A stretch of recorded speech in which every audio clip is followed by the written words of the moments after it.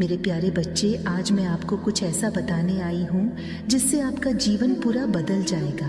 तो मेरे बच्चे, अपनी माता पर विश्वास हो तो इस वीडियो को लाइक कर दीजिए और कमेंट में जय हो माता रानी लिख दीजिए। आप जैसे ही वीडियो को लाइक करके कमेंट करते हैं, हमारी कृपा आपके और आपके परिवार पर सदा के लिए बना रहेगा। तो वीडियो को छोड़कर जाने की भूल मत करिएगा। जय हो माता रानी। मेरे बच्चे, तुम्हारी 99% परीक्षा खत्म हो चुकी है। अब तुम 1% पर आकर हार नहीं मान सकते।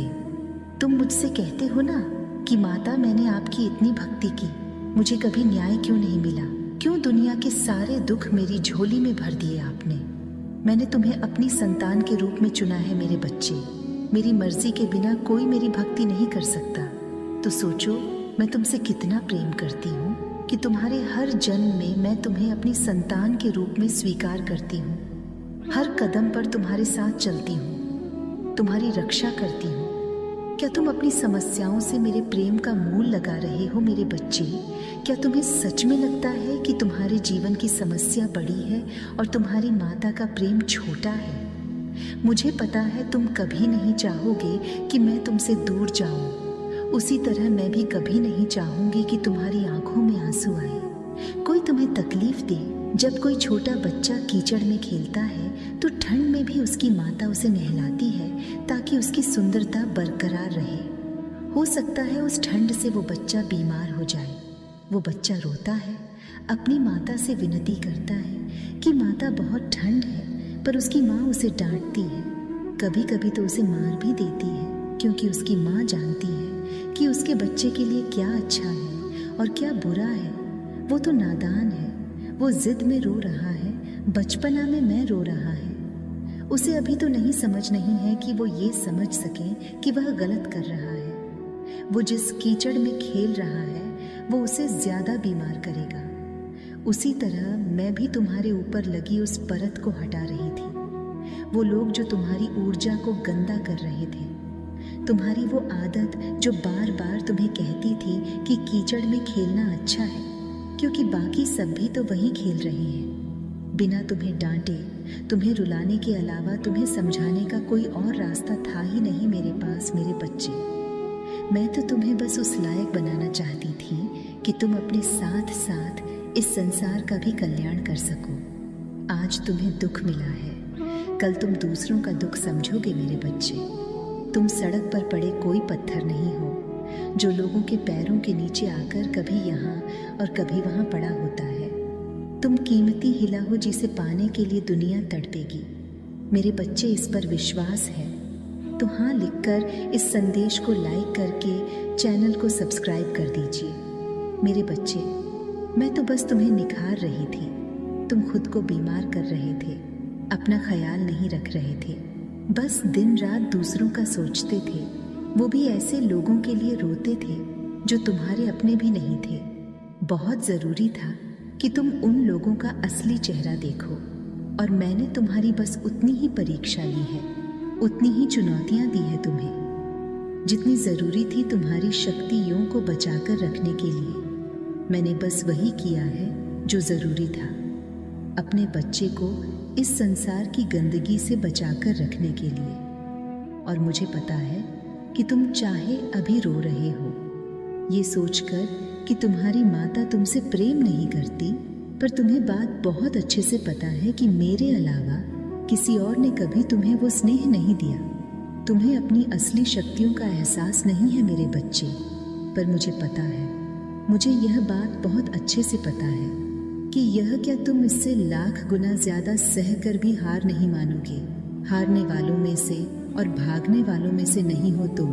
तभी तो मैंने तुम्हें चुना है, क्योंकि हर व्यक्ति के बस की बात नहीं है मेरी भक्ति करना। कोई आम इंसान मुझसे इतना प्रेम नहीं कर सकता जो तुम करते हो, और बहुत जल्द ही मैं तुम्हें बहुत सारे ऐसे संकेत दूंगी जिनके माध्यम से मैं तुम्हें यह बताऊंगी कि तुम्हारी परेशानियों का अंत बहुत निकट है। मैं तुम्हारे सपनों के माध्यम से बहुत संकेत दूंगी तुम्हें, बहुत सारी खुशखबरी मिलेगी तुम्हें। बस अच्छी अच्छी बातें सुनने को मिलेंगी। हो सकता है वो खुशखबरी तुम्हारे जीवन में आए, तुम्हारे करीबियों के जीवन में आए, पर अब तुम्हें सिर्फ और सिर्फ खुशियां ही मिलेंगी। मेरे बच्चे, अपनी माता के लिए 555 अंक लिखकर इस संदेश को लाइक कर दीजिए। मेरे बच्चे, तुम्हारा नेचर से लगाव होगा। चिड़ियों की चहचहाहट सुनाई देगी तुम्हें। जब भी तुम्हारा मन विचलित होगा, मंदिर के घंटियों की आवाज आएगी। ये सारे संकेत तुम्हारे मन में चल रही उलझन का उत्तर भी देंगे तुम्हें, और तुम बहुत अच्छे लोगों से, बहुत अच्छी ऊर्जाओं से जुड़ने वाले हो, जो तुम्हारी सहायता भी करेंगे। अब तुम ऐसा कहोगे कि माता, मुझे तो आज तक कोई अच्छा नहीं मिला, कोई तुम्हें सिखा रहा है। ज़रूरी नहीं है कि तुम मुझसे मिले ही हो मेरे बच्चे। वो किसी भी माध्यम से तुम्हें कुछ भी सिखा सकता है।